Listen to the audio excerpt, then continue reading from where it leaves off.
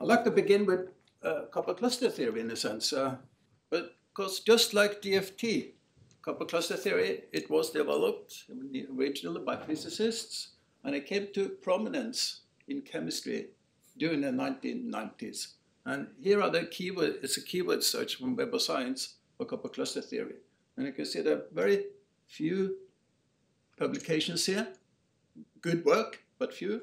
And then it took off, perhaps not as spectacularly as DFT, but much of the same happened. Like DFT, it was met with skepticism among many quantum chemists in the 1980s.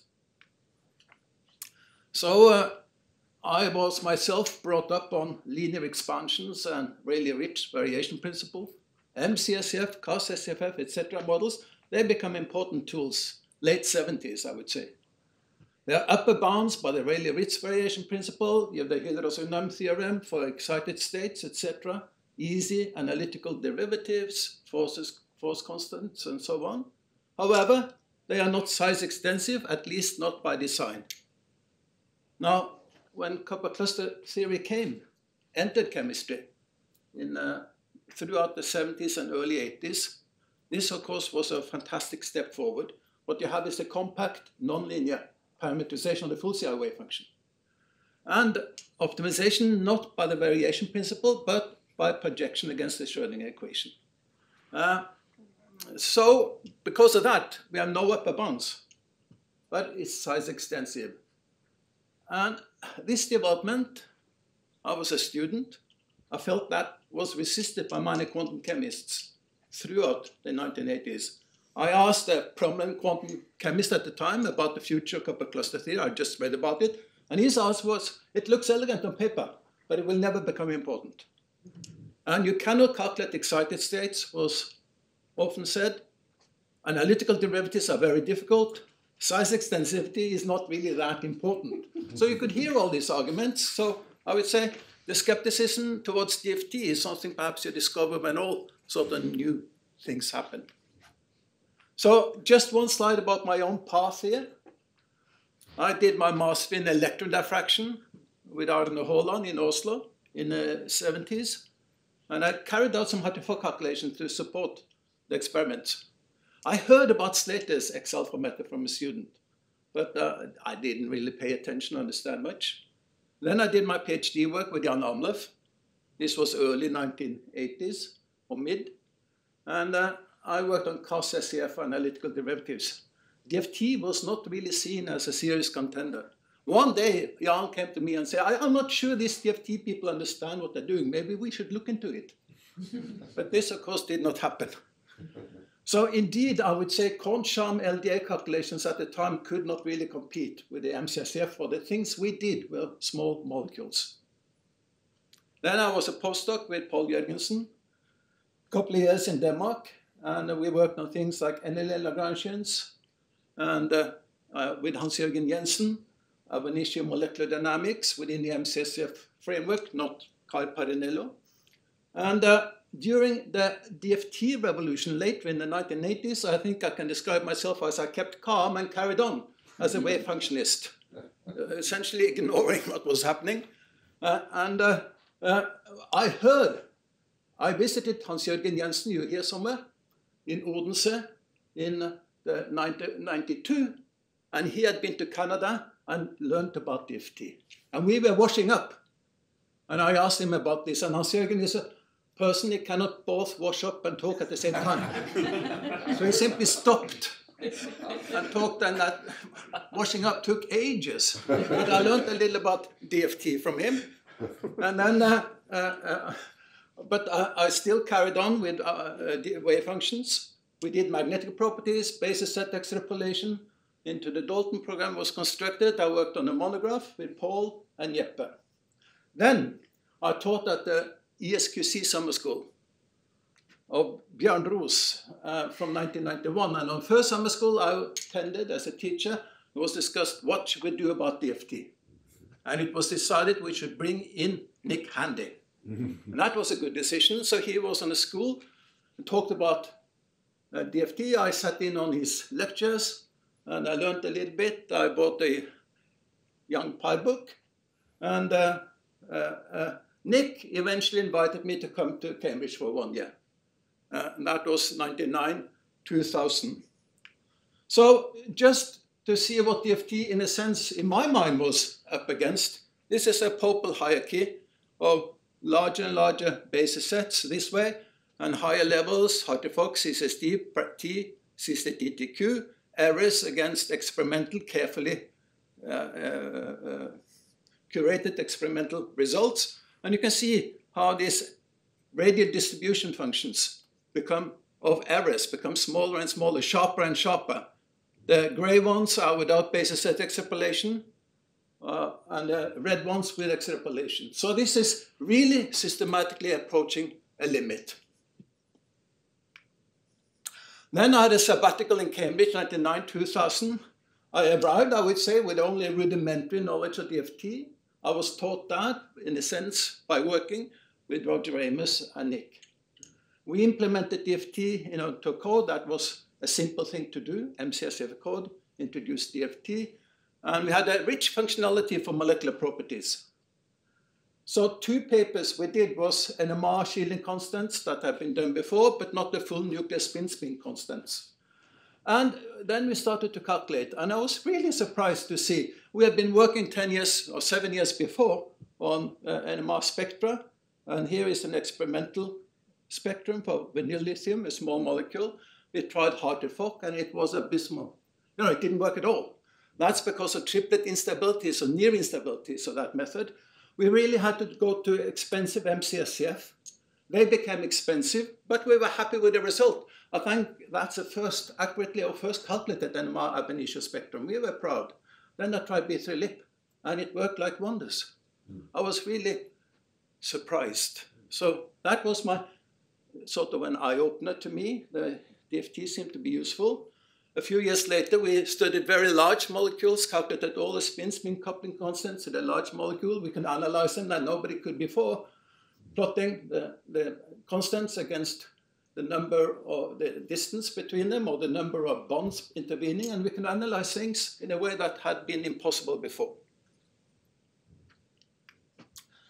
Then we did the next 2 or 3 years enormously many molecular properties. We knew how to do that. These were low-hanging fruits. We could just sort of churn it out.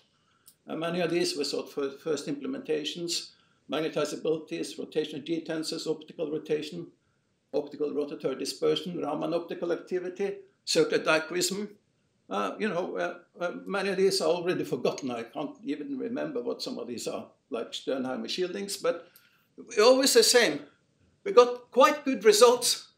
I was impressed in a way, but I didn't like, we had all these functionals, and we had lots of tons of tables with different functionals, and finding that some are perhaps better than others. If you look at this benchmarking of shieldings, you can see that we get, this is Hartree-Fock for a few atoms. You see those atoms here, and this is copper clusters, CCSD and T. Small errors, LDA, GGA, hybrid, OEP hybrid. So you can see the ladder. That works out quite fine.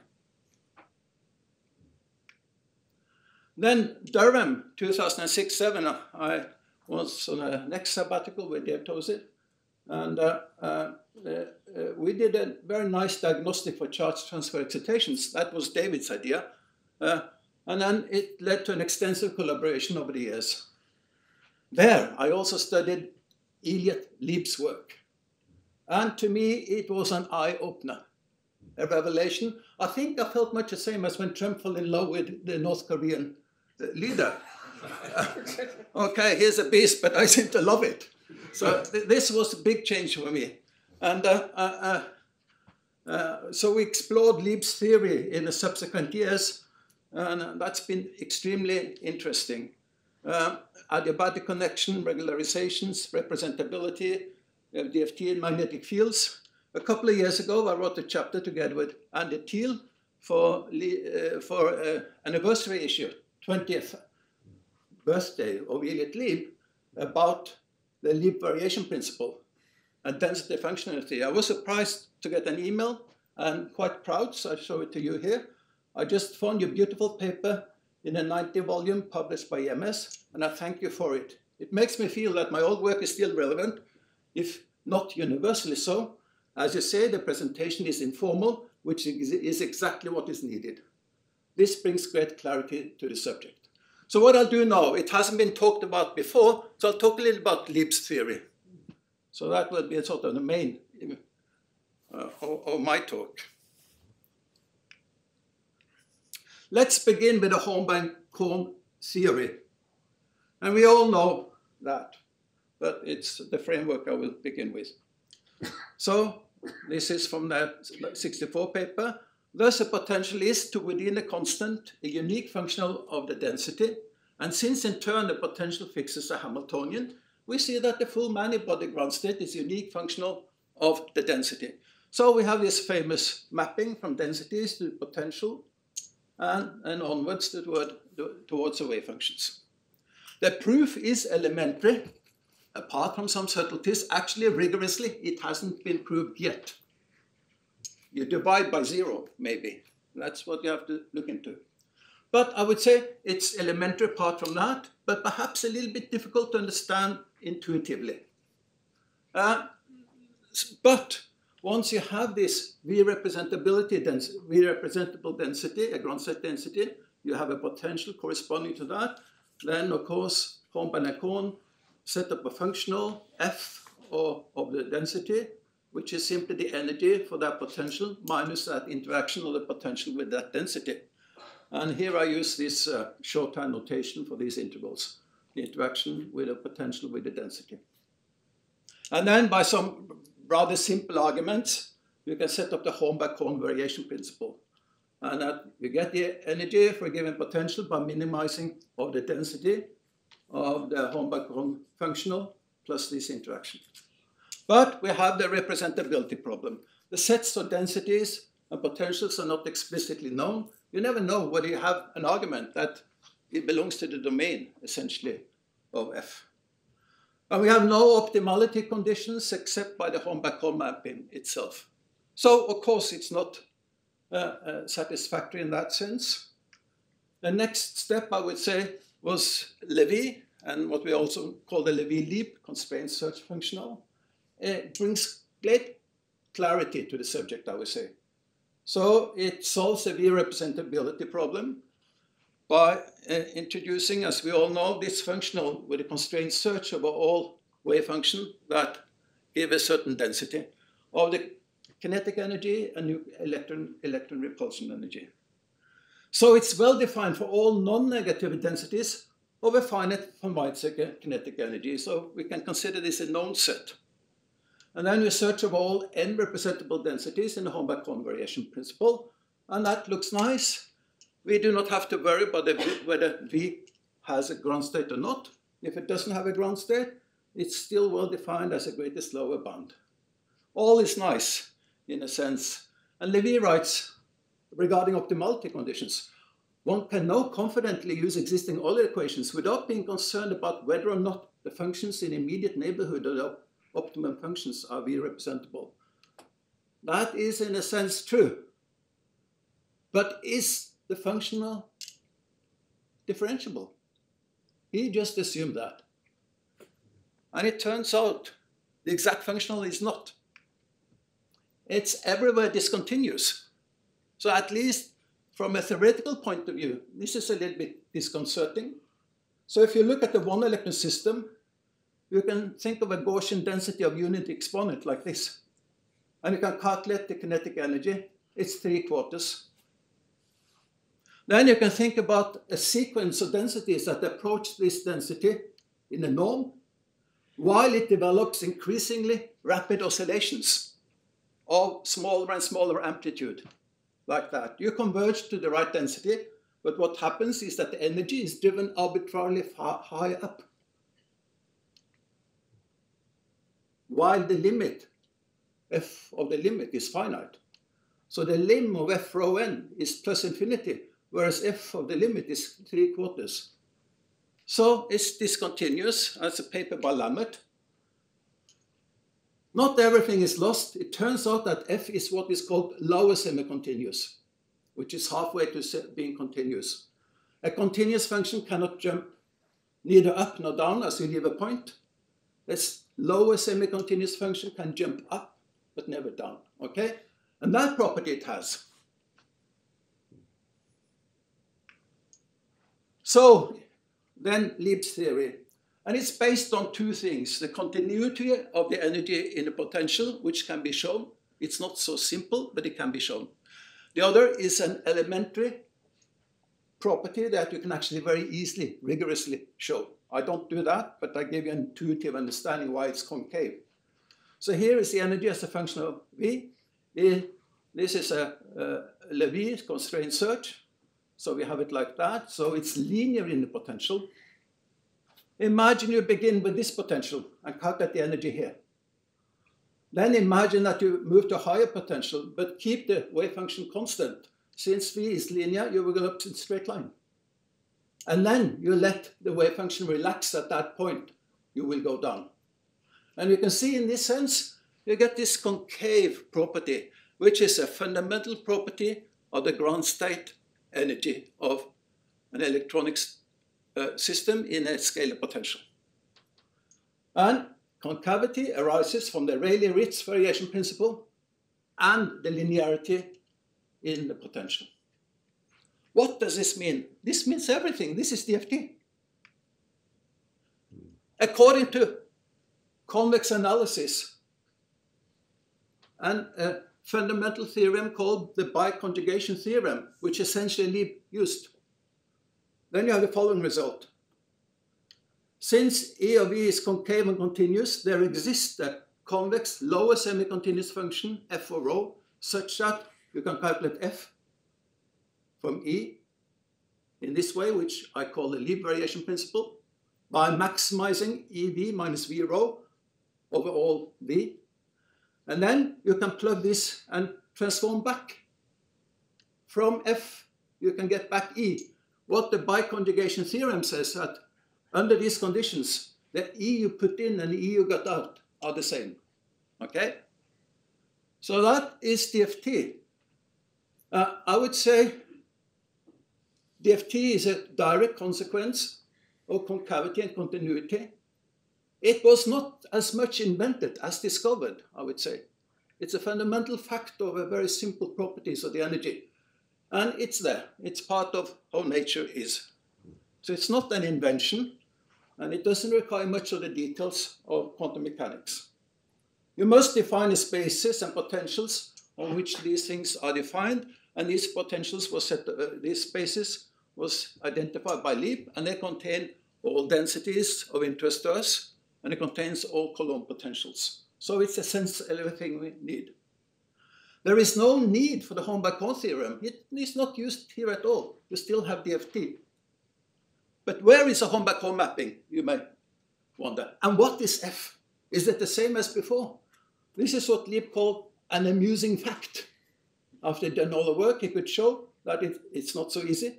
He can show that it is actually equal to the constraint search functional if generalized to ensembles with density matrices. Let's try to understand a little bit more intuitively what's happening.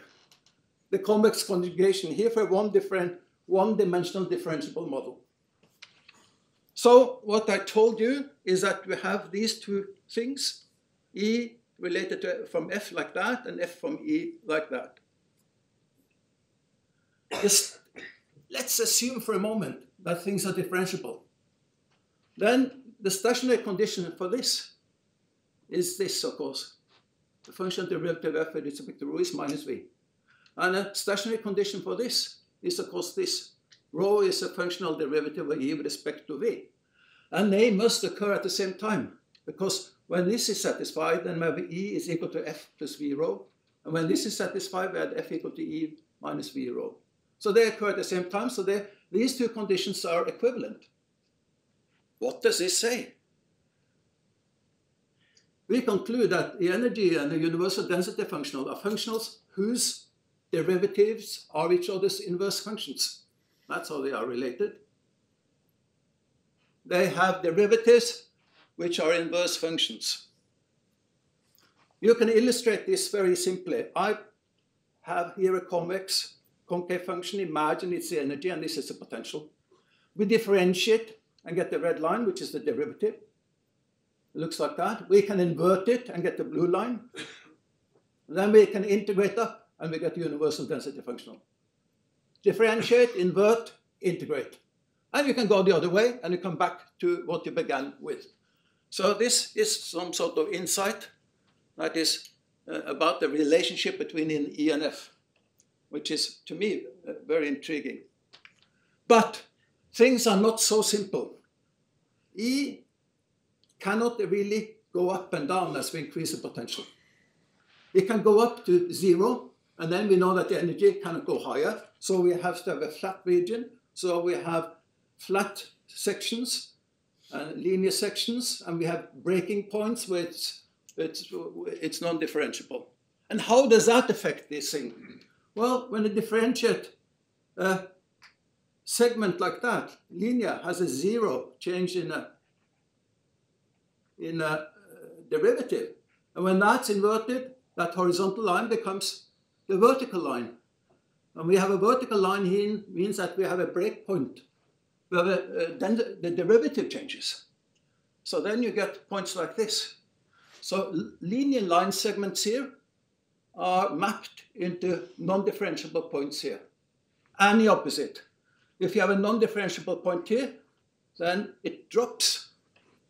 That thing is mapped into that, which is 0 derivative, which gives a linear section of universal density functional. So it's a sort of intriguing thing.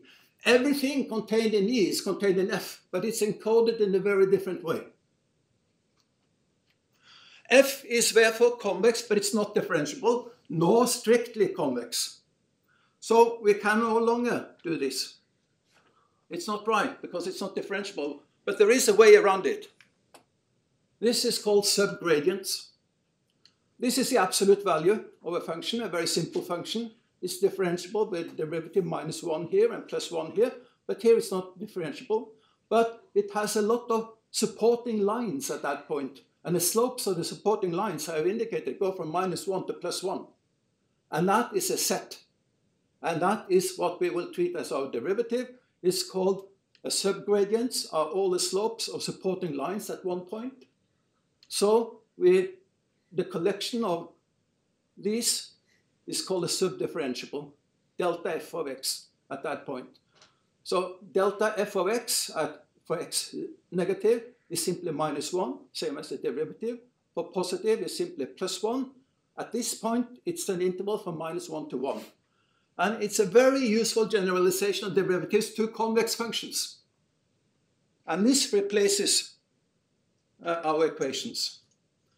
So the right result is that we have these variation principles. We have Helgaker and Leap. And the optimal conditions are expressed in terms of subdifferentials like this. -v is a subgradient of f at rho if rho is a ground state density of E of E. So the subdifferentiable of E of E is a collection of all ground state densities for that potential. It's all the ground state densities of that potential, whereas the subdifferential of f of rho are all the potentials associated with that density.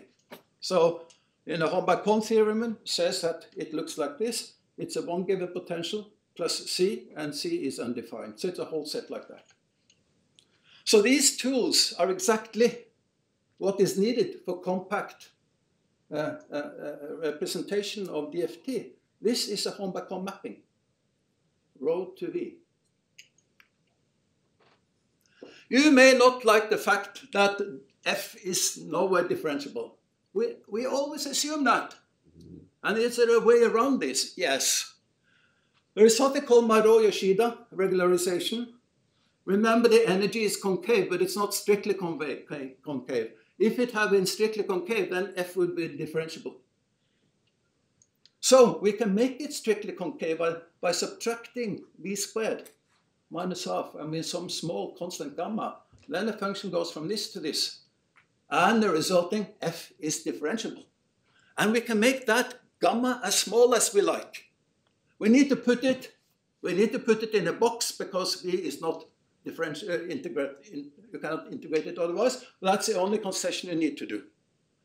Then you have a full DFT with a differentiable universal density functional, and you can work like you have before without any worries. You can make gamma as little as possible. Nothing is lost because this is a trivial addition to it. It's just a number you can subtract at the end. So it's possible to do this. So we go from this with non-differentiable function to this with everything is differentiable. Okay. As I said, I was very intrigued by all of these things.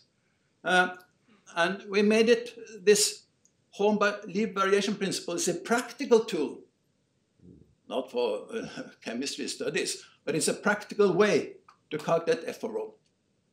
Remember, the constraint search is constrained. This is not constrained. Essentially, you can view it as a Lagrange method for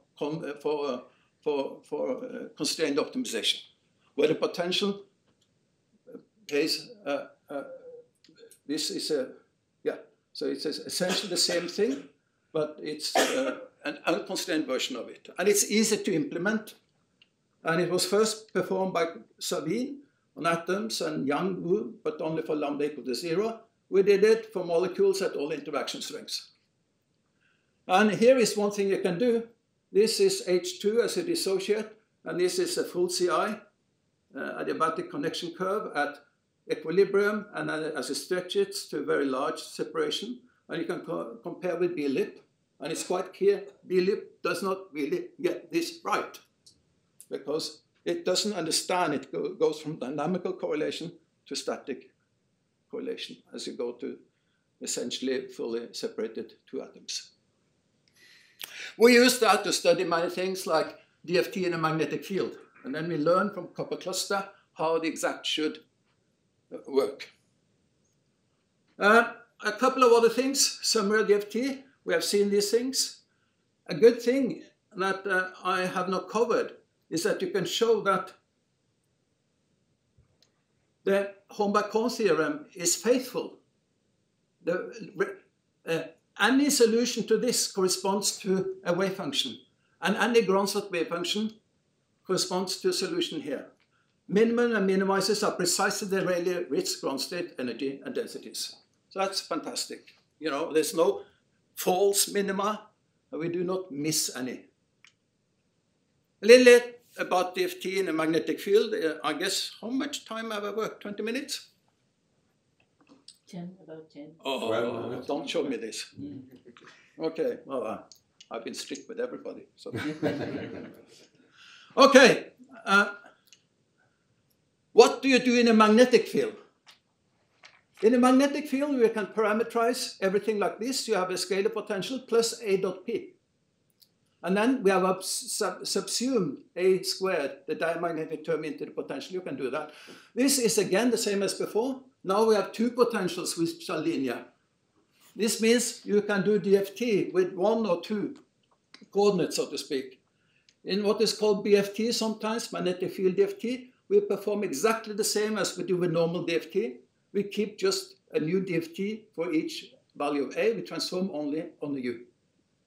But you can transform along both U and A, and then you get the CDFT with null and the result. That depends both.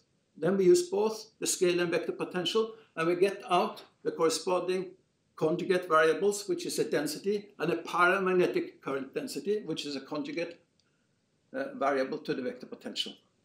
The paramagnetic current density. So you can do either of those things just by noting that these potentials are linear here. And then you have concavity in those. You can think of this like being on a diagram. This is the energy as a function of the potentials. This is the energy as a function of density and the potential. This is the energy as a function of the scalar potential and the current. And this the density and the current. CDFT goes like that, from a completely concave to completely convex function, whereas BDFT transforms only this. You go from a concave to a saddle function. So these varieties are open to you, and we have investigated both. one important point, there is no home-by-home theorem in CDFT. And it's not difficult to see, but I'm running a bit out of time. But if you have a Hamiltonian, field-free Hamiltonian, and apply a vector potential, then you can adjust the scalar potential so that that subsumes this A squared, so that stays a constant. And you can show that the new Hamiltonian is HB plus H naught and B LZ. If this system is spherical symmetric, then H naught commutes with LZ. That means that H naught commutes with HB. So these Hamiltonians commute. They have the same ground state wave function, at least in some interval. Okay? So there must exist some interval where the unperturbed and perturbed Hamiltonians have the same ground state wave function. That means that they have the same densities and also the same paramagnetic currents because they only calculated from the wave function. So in that interval, the density and the current stays the same while the potential changes. So there is no home-by-home theorem, but the theory works anyway. I must point out another thing. It's not precluded. There may exist a home-by-home theorem, not for the paramagnetic current density, but the physical current densities. The interesting point is that many people have proved that. There are 3 papers. We discovered elementary or not so elementary errors in all those 3 proofs. This is the tug of the home-by-home theorem. People commit and submit papers with errors just to show that it is there, because they're convinced it must be like that. So I think perhaps that in some sense it's a red herring. Okay, what do you say? Thinking about time constraints. I should not go into any mathematical details here, but just showed you that we have implemented both these theories.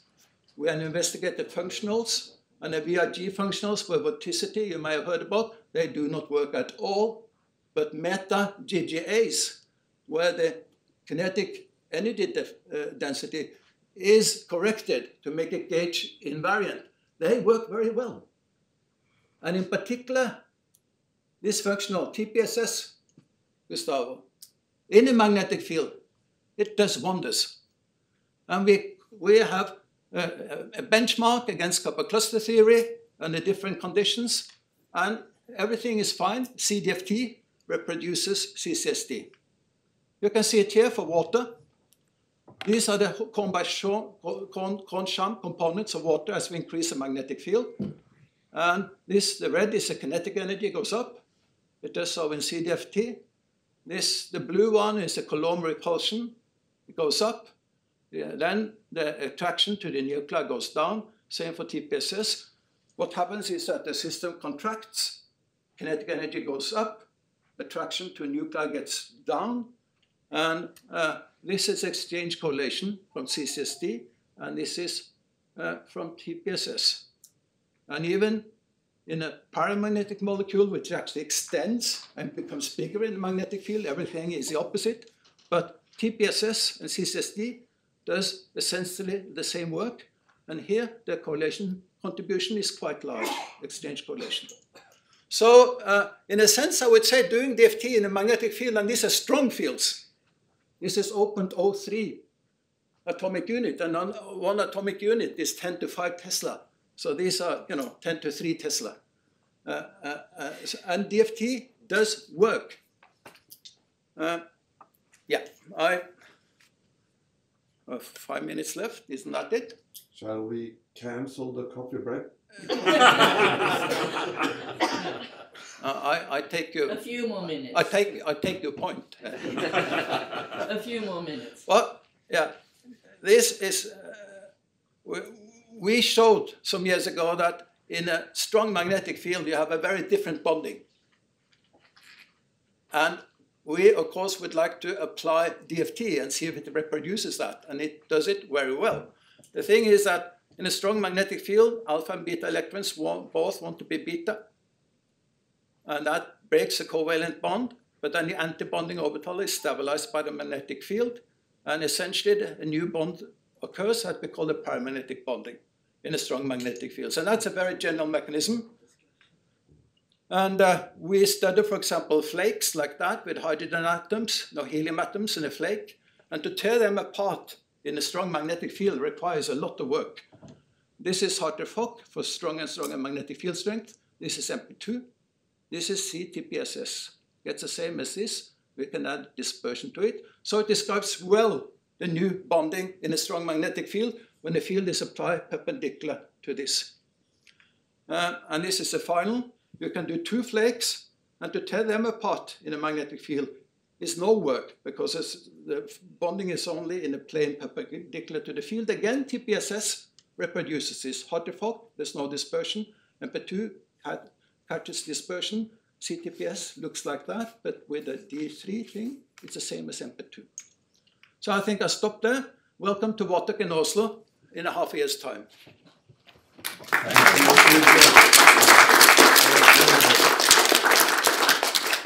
Well, I think, you know, this meeting has been a mixture of physics and chemistry, right? But occasionally we need to go even further into the mathematical side of things. And Trygve has taken us there where we needed to go. I think that was wonderful, Trygve. Mathematics is characterized by, as I think Kieran said, always being right. The trouble is with relevancy. Maybe it's sailing over our heads sometimes, but this was wonderful, Trygve. A couple of questions before we take the break.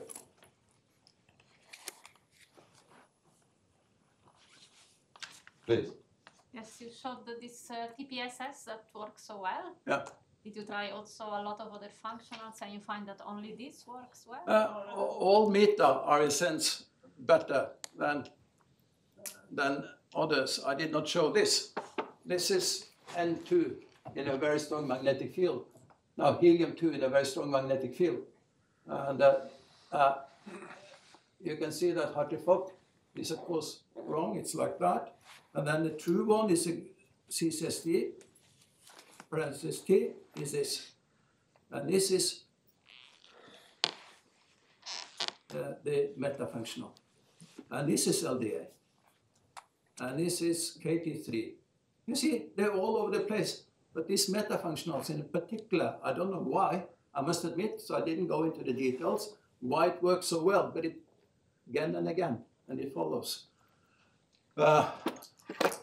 Metafunctionals, maybe it is the thing they understand when you one electron regions or not, maybe that's important, but we haven't, I must admit, we haven't really analyzed. We just discovered we can trust it. Have you tried like scan for other meta? Or did you try other meta functionals like scan? But this is the best. Oh, this is the best, okay. Yeah. So. One more question. May I ask one, Trygve? So, you know, when we do normal DFT, even ordinary stationary quantum chemistry, we seem to be always thinking about electrons as being distributed in space, but we don't normally think about them moving. But when you put in a magnetic field in there, you know, you have to recognize they're moving.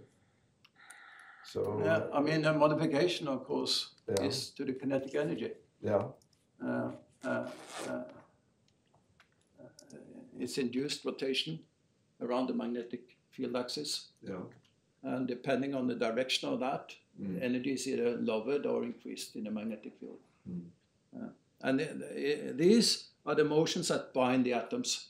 When you set up H2 in a strong magnetic field and two beta electrons, you have a current that goes about both atoms and binds it. And the closer the two atoms are to each other, the stronger that current is. So this is what binds it. If you are in a different state, if you are in a singlet, not in this triplet, then the current does not go about the two. They go separate around the two atoms and there's no binding. So it depends on, you can view the bonding in terms of induced currents in the system. Whether, and the currents would like to compress it and make it as spherical as possible. So yeah, emotion data and currents are important here. Yeah. Of course. Well, any further question? Otherwise, I would think that we should take this very deep analysis with us to a coffee break and discuss with each other what might come from all of this beautiful analysis. Thank you again, Trygve.